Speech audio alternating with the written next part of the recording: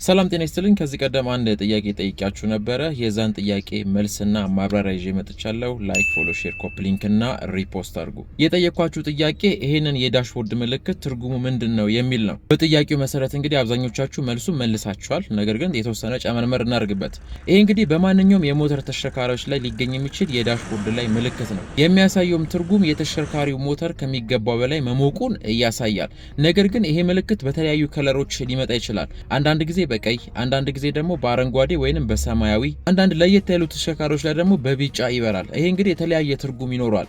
ለምሳሌ በአረንጓዴ ወይ ደግሞ በሰማያዊ በሚበራበት ጊዜ የተሽከርካሪው ሞተር ወርኪንግ ቴምፕሬቸር ላይ በትክክል አልደረሰም ማለት ነው።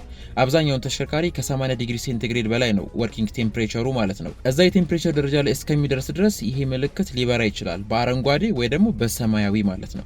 በዛ ጊዜ እንግዲህ ተሽከርካሪያችንን ማሽከርከር የለብንም። ያ ምልክት እስከሚጠፋ ድረስ መጠበቅ ይኖርብናል።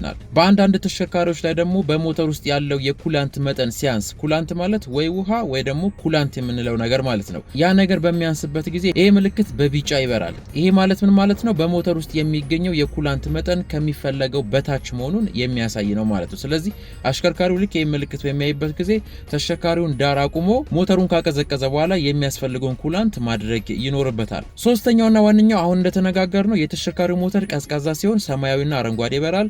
ኩላንት ደግሞ ሲያንሰው አንዳንድ መኪኖች ላይ ሁሉም አይደለም ቢጫ ይበራል።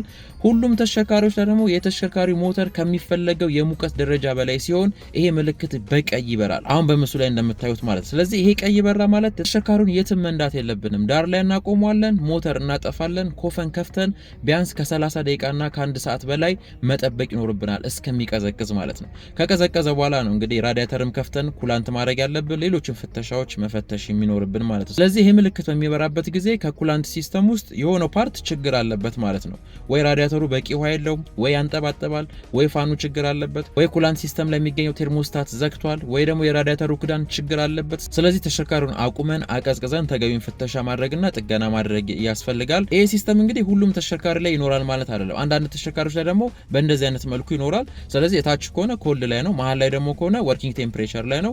ከዛ በላይ እንግዲህ ወደ ሬድ ዞን እየተጠጋ የሚሄድ ከሆነ የተሽከርካሪው ሞተር እየሞቀ ነው ማለት ነው። ስለዚህ ስናይ ተሽከርካሪያችንን አቁመን አስፈላጊውን ፍተሻና ጥገና ማስደረግ ይኖርብናል ማለት ነው። ይሄን ለማለት ነው። አዲስ ከሆናችሁ ፎሎ፣ ሰብስክራይብ አድርጉ። ሀሳብ አስተያየት ከስር ኮሜንት ሴክሽን ላይ አስቀምጡ። ለሁሉም ደርስ ላይክ፣ ፎሎ፣ ሼር፣ ኮፒ ሊንክ እና ሪፖስት አድርጉ። ይመቻችሁ።